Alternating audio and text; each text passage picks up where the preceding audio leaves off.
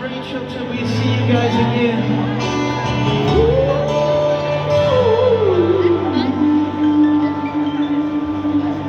Yes. Thank you guys. Make some noise.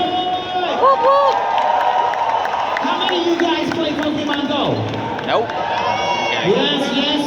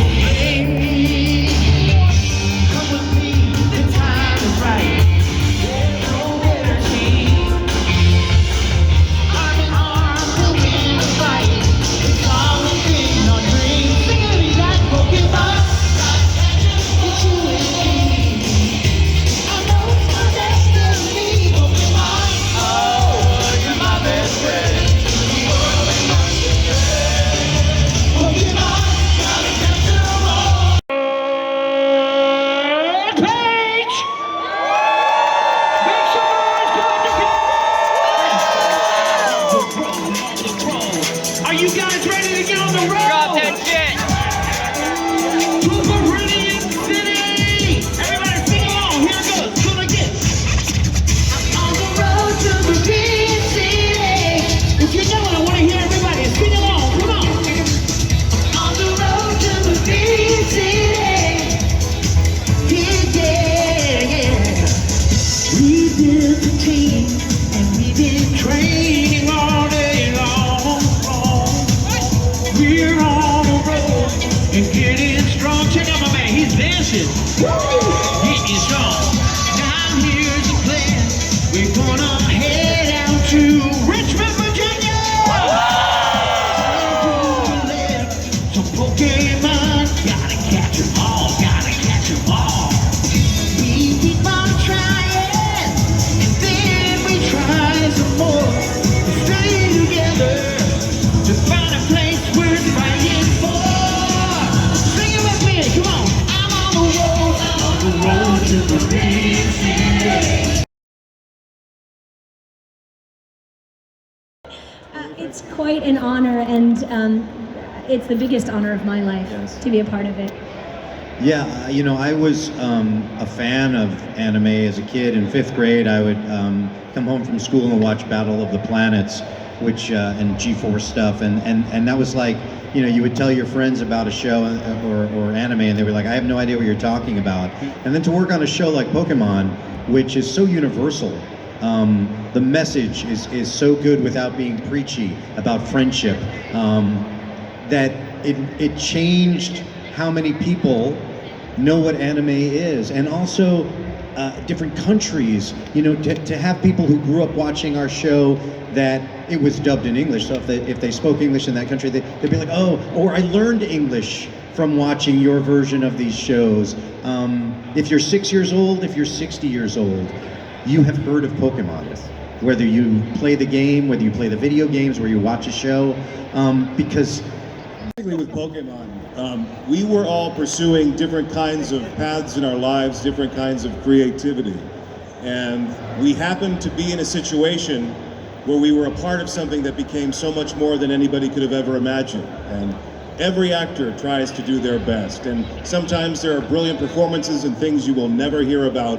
And fortunately, we became a part of something that was very well recognized, certainly incredibly well embraced. And so I don't think it's a stretch for me to speak for all of us to say how humbled and privileged we feel. It's a very serendipitous path when you're a creative. There's no guarantees in anything. But you follow this journey and you sometimes find these extraordinary things 20 years or more later. We were, as I often say, I was just trying not to get fired, right?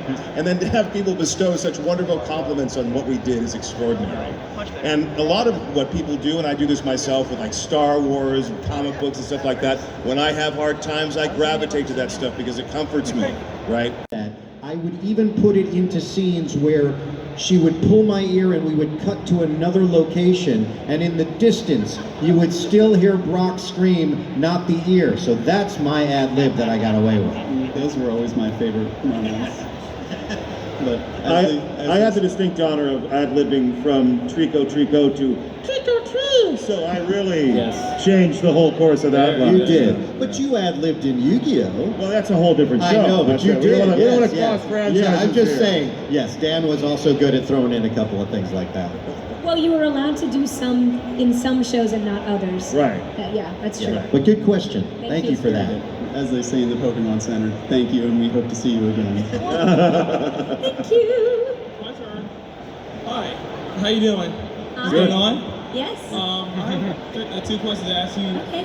Eric Stewart, Ronnie Taylor, and Dan Green. Yeah, get a little closer to the mic. Okay, sorry, I got my camera in front of it. Okay, so how did you feel when you first started voicing Ash Ketchum for Pokemon? And Eric, how did you feel about voicing Brock for Pokemon and Kai from Yu-Gi-Oh! And Dan Green as you as Yugi Muto and Yami Yugi from Yu-Gi-Oh! How did it change your lives after that?